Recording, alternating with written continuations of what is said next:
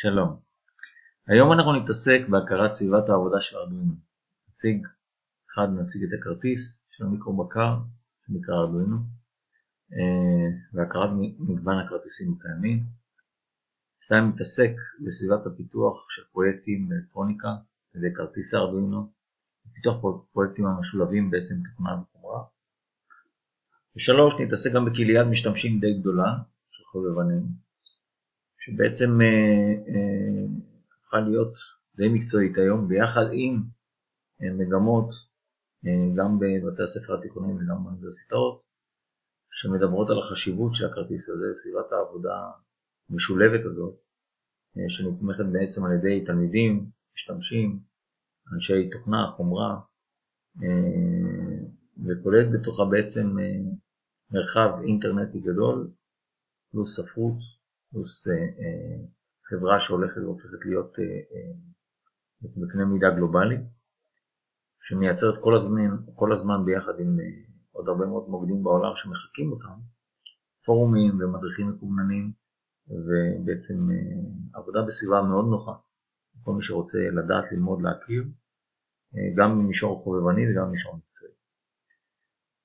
נתחיל מהארדואינו שאתם רואים כאן לפניכם, זה הכרטיס הראשון, הוא כרטיס אונו.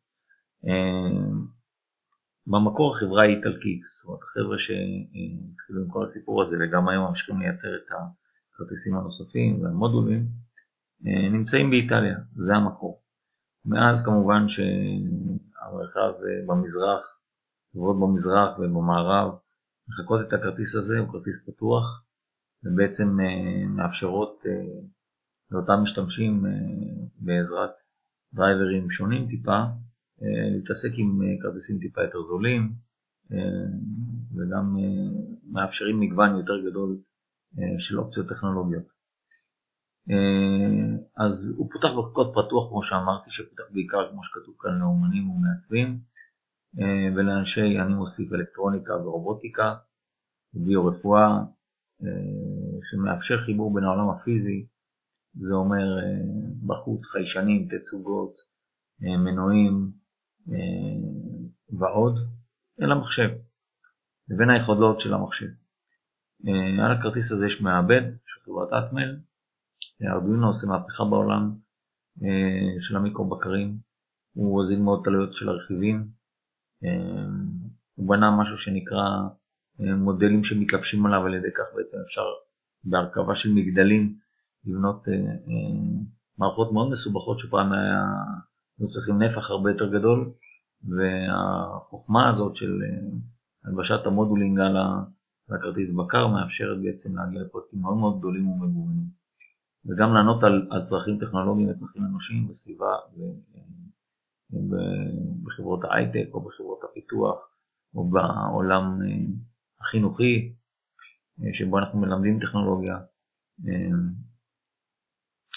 ובעצם הרבה פעמים שעובדים עם הדבר הזה, צריך מדי פעם באמת הבנה עמוקה, גם בעולם החשמל והאלקטרוניקה, כדי להבין את האותות שנשלחים ומתקבלים, תקשורת טורית, תקשורת מקבילית, סוגי תקשורת חדשים כמו SPI, I2C ועוד. ארדואינו בעצם יכול להתייחס לשלושה חלקים עיקריים. אחד זה חומרה, כל אותם רכיבים ומעגלים מודפסים,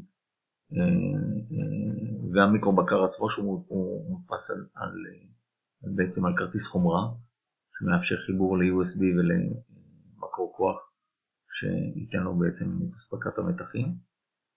סביבת פיתוח, יש כאן סביבת פיתוח המופעלת על ידי מחשוב בעזרתה מתכננים ומתכנתים את המיקרו-בקר, ויש לנו, נדבר על אתר מאוד מאוד גדול של החברה שבעצם מאפשר, יחד עם עוד סדרת אתרים, שמאפשר עולם עשיר, מגוון,